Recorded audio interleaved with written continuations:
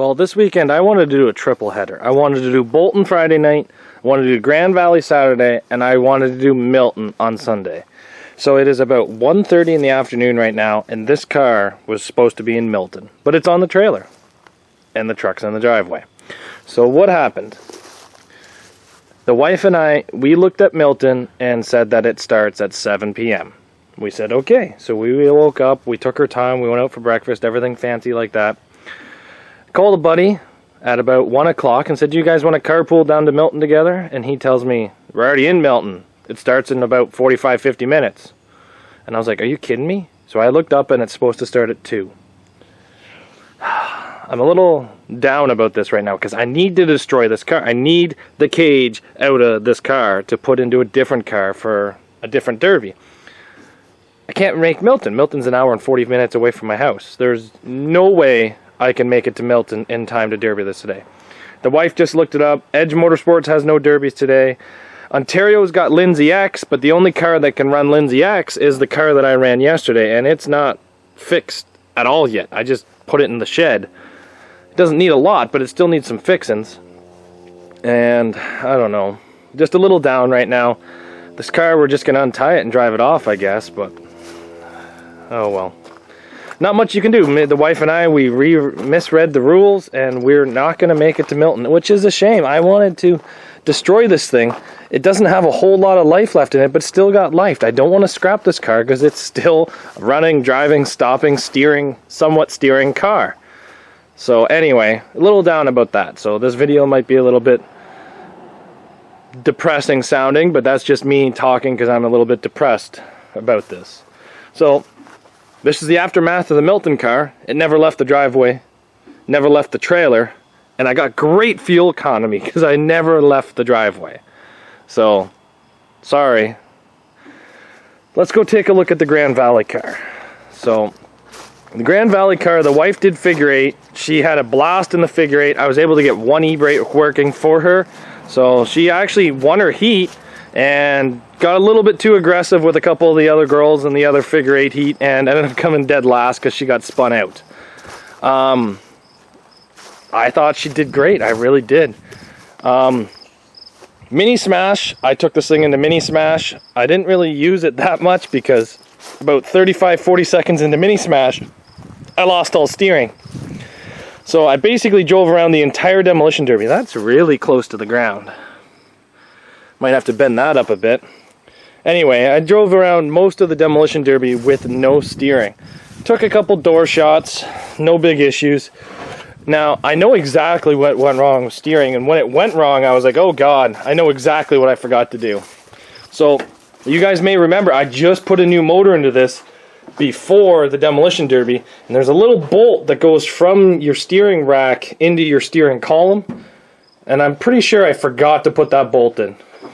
So, that's all on me. I feel bad that I did it to myself, but the Mazda 3 rebar bumper held up great. There was a couple issues at Tech. They thought that I may have had some steel inside my frame, so they made me drill a 1-inch hole here and a 1-inch hole there. And they stuck their cameras and their fingers and their screwdrivers in there, and seeing that there was no welding, so they were pleased. They seen there was no stuffing, no nothing. So happy I passed Tech. Happy to see that Tech is being enforced.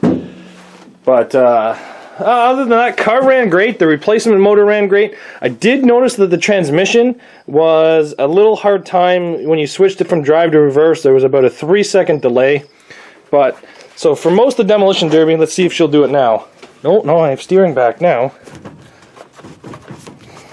I don't know what happened. I lost steering, and then it came back for about a minute and a half, and then I lost steering again, and then it came back, and then I lost it again. So I'm going to have to look into this. Maybe it's just stripped. Maybe it started biting and it stopped biting. I don't know. But realistically, this strut got a little bit bent. This tire's okay. I took a big hit here. Look at my thin wall cage from Beaton. I hate putting thin wall cages in Beaton. Sorry, for the Beaton Demolition Derby. But Beaton has a rule that your cage material cannot be over a certain thickness on your door bars. So that's why I use such thin stuff for Beaton. So I know it's not safe by any means, but I have to follow their rules if I want to run, right? The floor is still good in this. Everything's still good. No real issues anywhere. I was actually pretty pleased with how stock this car was and how well it held up. This side of the frame rails, as you guys can see, there's my dimples right here. It didn't even move at my dimples. This frame rail's still straight, but the body's starting to rip away, so I'm not a big fan of that.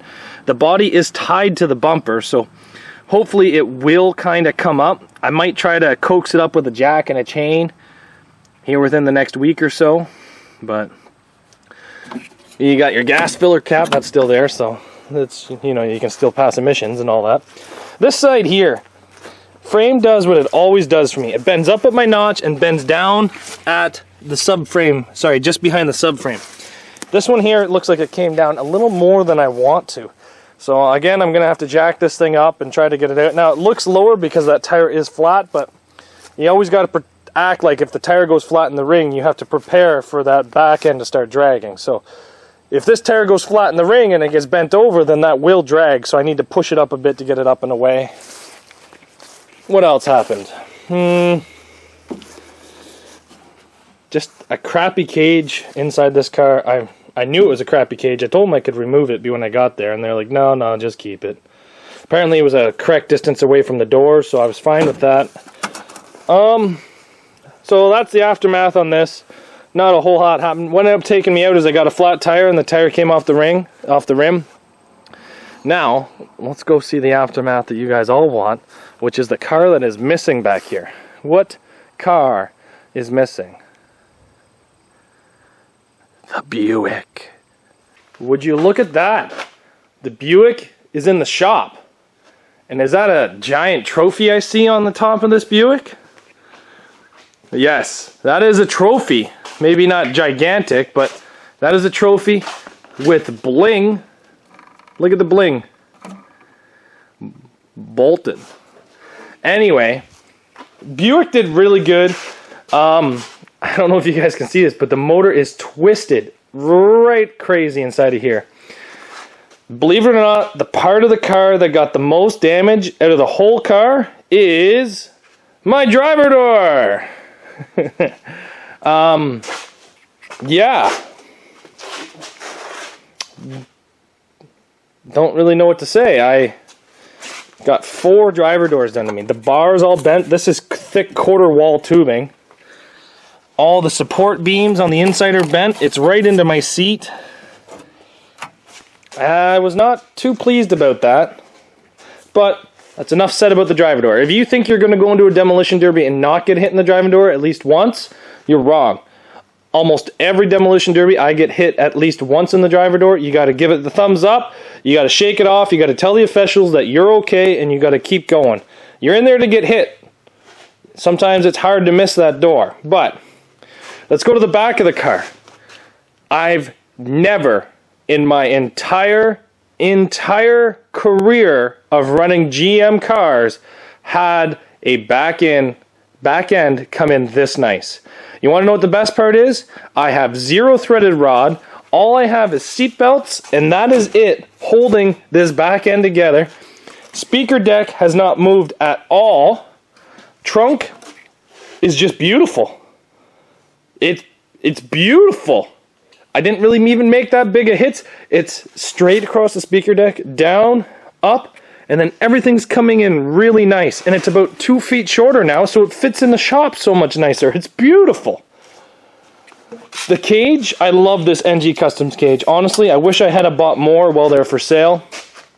This car here is the first time I've used the Josh Archambault shifter.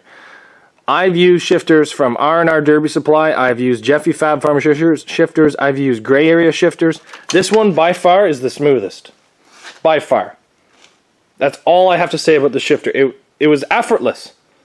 So, I was very happy with that. I think that got me out of trouble a couple times. Now, I haven't done a whole lot of this wbody stuff, but I kind of really like the rad support on these cars. I might try to do a little bit of surgery and cut this rad support out when this car's done and take it from here and put it in here What'd you guys think of that? I think that'd be pretty cool. So how is this for a late Sunday change of plans? The shop is empty.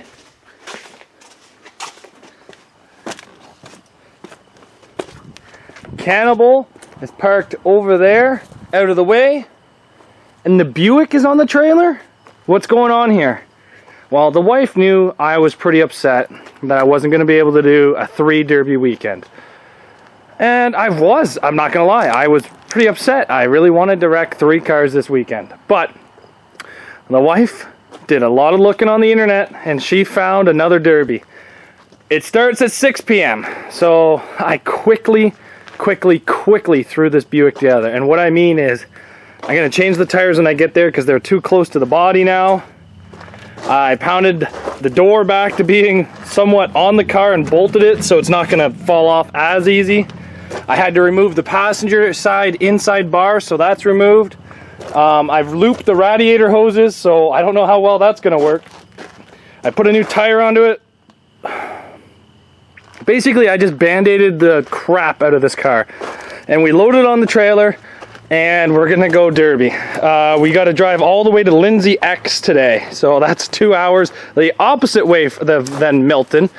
But I get to do a 3 derby weekend. There's a lot of stuff we gotta do to this car when we get there. But honestly, I just wanna get to this derby. I just wanna drive up to Tech, hopefully just past Tech, no problems, and then be able to smash this hunk of junk. Well, it's not really a hunk of junk, but it's gonna be. I need the cage out of this for a different derby. So I need this car to be smashed so I can get that cage and put it in a different car. Sort of like Cannibal, but different. But this aftermath kind of turned out pretty weird. We ended up fixing a car quickly, very quickly, and we're gonna go wreck it again. So this is kind of an aftermath and a pre-derby video. So this will be something different than what I'm normally used to, but let's go wreck this Buick. I'm kind of excited. The wife's got me all hyped up. I'm pretty happy to go. I just got to lock down the shop and we are ready to hit the road. And look out, Lindsay, here we come with this wbody Buick, the hunk of junk. Actually, I can't call it a hunk.